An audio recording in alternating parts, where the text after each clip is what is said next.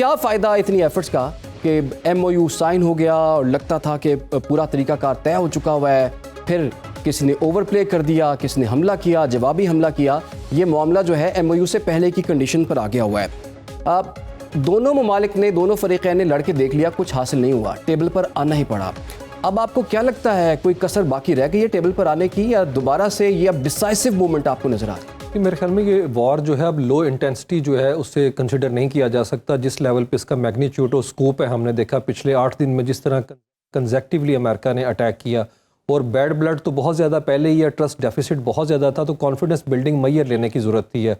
और जो पहली क्लॉज अभी तो वो पूरी नहीं हो रही। अमेरिका ने फिर जो है अभी 1 महीना कंप्लीट हुआ, दोबारा नेवल ब्लॉकेड लगा दी है। मेरे ख्याल में यहाँ पे ईरान भी जो है वो ओवर प्ले कर रहा है अपने हैंड को। उसकी वजह यह है कि वो कहते हैं हम ओमान से गुजरने वाला जो जनूबी रास्ता है अमेरिका जो है क्रिएट करके बैठा हुआ है, उसको हम नहीं मानते। हर सूरत में ये जो नॉर्दर्न रूट है यहीं पे आना पड़ेगा। तो वो वेपनाइज जिस तरीके से उन्होंने पहले कहा था कि हम प्री वॉर सिनेरियो नहीं देंगे, अभी भी ईरान उस पर डटा नज़र आता है। और देखें, ईरान ने ये चीज़ बता दी है कि डोनाल्ड ट्रंप इसे मैटर ऑफ डेज समझते थे, लेकिन अंडर एस्टिमेट किया डोनाल्ड ट्रंप ने ईरान को और ईरान की सलाहियत को। और ईरान जो है अभी रिवेंज मूड के ऊपर है, वो इस वक्त हमले ऑब्जॉर्व नहीं कर रहा और वो जो है सर्वाइवल मूड से कहीं बाहर निकल गया हुआ है। और ये चीज़ हमने देखी आयतुल्लाह के जनाजे के ऊपर, जिस तरीके से वहाँ पे MOU साइन करने वाली जो लीडरशिप है उन्हें हैकल किया गया।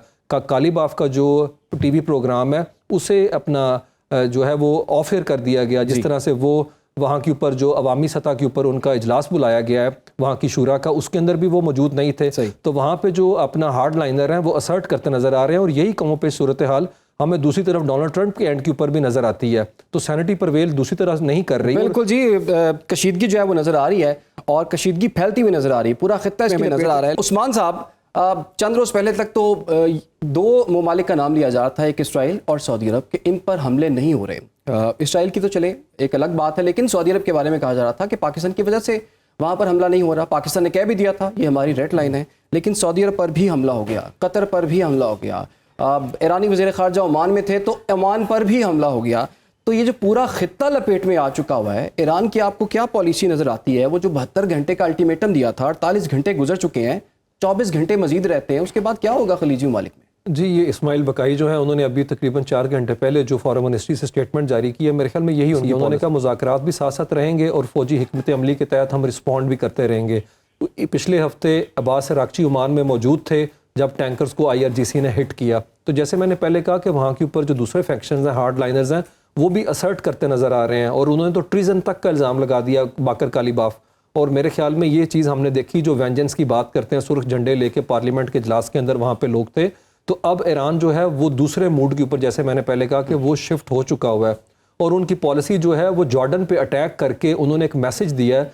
और यही इजरायली बार बार बात कर रहे हैं कि हमारे ऊपर से वो अटैक कर रहे हैं और शायद वो यहाँ पे भी गिरा सकते हैं। और इसीलिए वहाँ के ऊपर जो है 98 जहाज़ पहले अमेरिका के मौजूदा रीफ्यूलिंग एयरक्राफ्ट जो है मजीद डिस्पैच कर दिए गए रीजन के अंदर है। तो मैं जंग का दायरा कार जो है वो बढ़ता हुआ देख रहा हूँ। जैसे रॉबर्ट पेप कहते हैं एस्केलेशन ट्रैप की ये 3rd स्टेज है।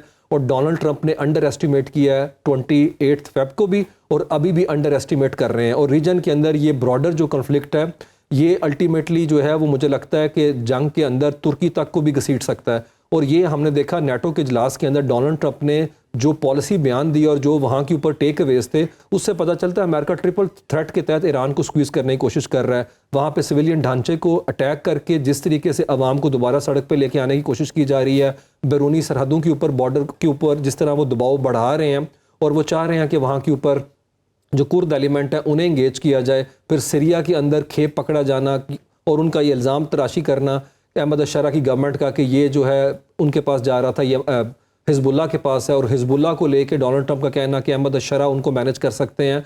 तो ये जंग जो है किसी और तरफ जा रही है। और डोनाल्ड ट्रंप चाह यही रहे हैं कि ईरान की जो ताकत है, उसके वसाइल हैं और जो स्ट्रेटजिक उनकी डिसीजन मेकिंग है, उसे बाकायदा एग्जॉस्ट कर दिया जाए वॉर ऑफ अट्रिशन के थ्रू। और फिर जिस तरह वो यूरोप को कह रहे हैं कि आपने हमें डिच किया, अब वो यूरोप की एनर्जी सिक्योरिटी जो है उसे क्लब कर रहे हैं ईरान से मुतल्लिक जो अमेरिका का मगरबी एजेंडा है। तो मेरे ख्याल में ग्लोबल नैरेटिव शेप देने की उनकी कोशिश है, लेकिन वो स्ट्रेटेजिक आउटरीच के अंदर मुझे लगता है बहुत ज़्यादा एग्जॉस्ट हो सकता है अमेरिका इस हवाले से। देखें, ईरान की जवाबी वार की सलाहियत अपनी जगह पे ऊपर इंटैक्ट है। और अभी जो बात आपने सऊदी अरब की तो उसके अंदर किसने अटैक किया है? वो तो हौथीज़ ने किया, अंसारुल्लाह ग्रुप ने किया।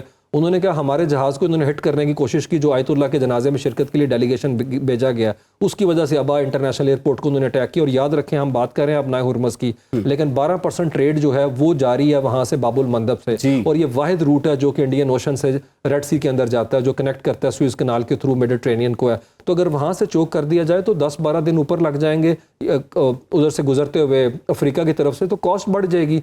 ये तो दोनों पॉइंट चोक हो सकते हैं, और ये दोनों प्रॉब्लम तो पहले से थी। और एक और बात, ईरान जो ओवर प्ले कर रहा है अपने हैंड को, इसी वजह से गल्फ के अंदर एक सेंस परवेल कर रही है कि हमें डाइवर्सिफाई करना चाहिए रूट को। तो फुजेरा का जो ऑयल टर्मिनल है वो तो स्ट्रेट से बाहर है, और उसी के थ्रू वो ट्रांसलेट कर रहे हैं, पेट्रोल तेल की सप्लाई कर रहा है यूएई है। और यही चीज़ जो है सऊदी अरबिया ने 1980 में सोची हुई थी, तो उनकी भी जो ट्रांजैक्शन है वो भी अपना यम्बू जो पोर्ट है उसके थ्रू वो कर रहे हैं। तो मेरे ख्याल में, और कतर जिसको जो कि सिंगल रूट यही लेता है, उसकी कॉन्ट्रैक्शन इकोनॉमी की 8%, अभी कल IMF की रिपोर्ट आई है कि सऊदी अरेबिया जो है वो इतना नीचे नहीं गया उसकी जो ग्रोथ रेट है। तो ये मेरे ख्याल में ईरान को इस चीज़ की तरफ भी समझना चाहिए कि वो कहीं ओवर प्ले करते करते जो है जो उनका माइलेज है वो ना डाइल्यूट कर जाए यहाँ के ऊपर है। उस्मान साहब, मुस्लिम दुनिया को, ख़ासतौर पर खलीजी ममालिक को इस चीज़ का इदराक है कि अमेरिका को वहाँ से भगाया जाए, और अगर अमेरिका वहाँ से जाता है तो उसको रिप्लेस कौन करेगा वहाँ पर। और दूसरी चीज़ ये कि जैसे कि ईरानी कमांडर हैं मुश्तबा खामनाई के मुशीर मेजर मोहसिन रज़ाई, जिसका उनका आपने अभी जिक्र भी किया है, अब वो कहते हैं कि अगर हम पर हमले जारी रहे तो जंग का रुख हम बदल सकते हैं।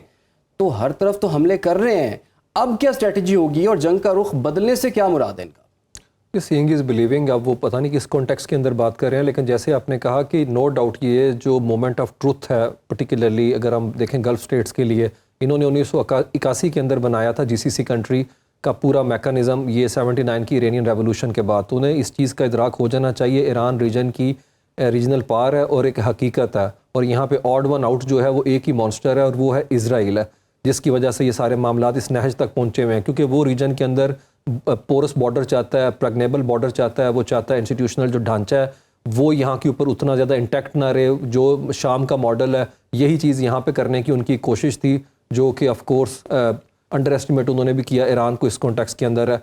और दूसरी तरफ मुझे लगता है कि इस चीज़ को हमें थोड़ा डिफरेंट एंगल से इसलिए देखने की भी ज़रूरत है कि अब वो ईरान के जो दोनों महाज हैं यमन की साइड के ऊपर, उसको इजराइल जिस तरीके से सोमाली लैंड को तस्लीम करके, जो कि बाबुल मंदब के सामने है, वहाँ पे अपनी मिलिट्री जो है एक आउटपोस्ट खोलने की खबरें हैं कि वो करना चाह रहा है। इसीलिए उन्होंने पिछले महीने जिस तरीके से रिसेप्शन दी सोमाली लैंड के जो प्रेसिडेंट को, जिसके किसी मुस्लिम दुनिया ने इंडोर्स अभी तक नहीं किया।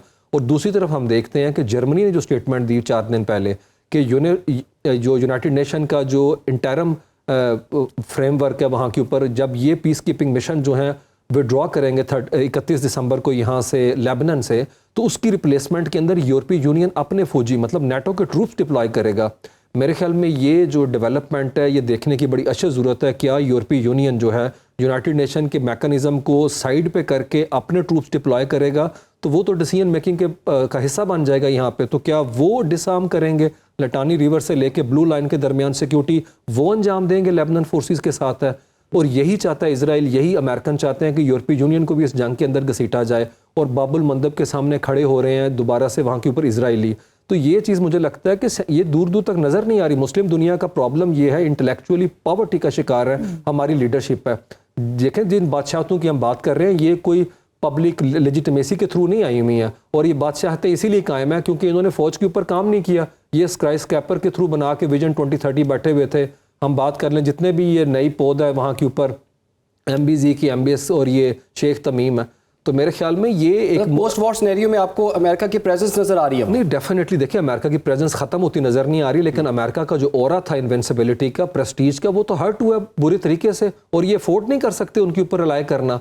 और ये अमेरिका की सॉवरेनिटी, उन्होंने किसी मुल्क, मैं अगर आपको बताऊं इंटरनेशनल लॉ क्या कहता है, जिस किसी मुल्क की एम्बेसी दूसरे मुल्क के अंदर है, नो डाउट एम्बेसी किसी मुल्क में हो सकती है, लेकिन वो एम्बेसी उसी मुल्क की मलकियत है जो दूसरे मुल्क का झंडा उसके ऊपर लगा के बैठा है। पाकिस्तान की डिप्लोमेटिक इनक्लेव में जैसे ही आप एंटर होते हैं किसी मुल्क की एम्बेसी में, आपने उसकी टेरिटरी में पाँव रख दिया है। तो अगर उनकी मिलिट्री इंस्टॉलेशन को ईरान हिट कर रहा है तो ये लेजिटिमेट टारगेट है उनका। देखें जहां से अटैक आएगा आप उसे ही करेंगे। ईरान ने कोई सिविलियन इंफ्रास्ट्रक्चर को तो डैमेज नहीं किया, खबरें तो आ रही है डिसैलिनेशन प्रोजेक्ट जो है उसको हिट किया, लेकिन अब मुझे बताएं कि कहाँ पे इस तरह का हिट है जिस तरीके से वो सिविलियन इंफ्रास्ट्रक्चर को टारगेट कर रहे हैं, और वहाँ पे जो बहरी पूरा के पूरा आप कह लें पैराफर्नेलिया उसको टारगेट कर रहा है अमेरिका, तो मेरे ख्याल में हमें वो need to put things into the perspective. Ji